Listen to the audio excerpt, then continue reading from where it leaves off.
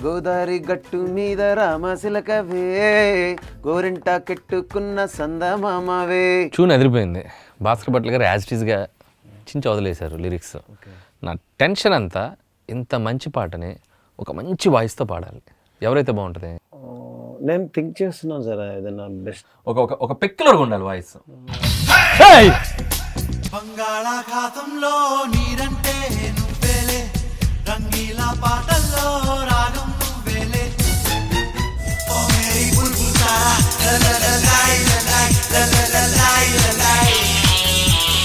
వాళ్ళు వీళ్ళు ఎందుకు గూగుల్ గారితో పాడిస్తే పోలా? మరి పిలిస్తే వస్తారు, వెంట పడితే ఖచ్చితంగా వస్తారు.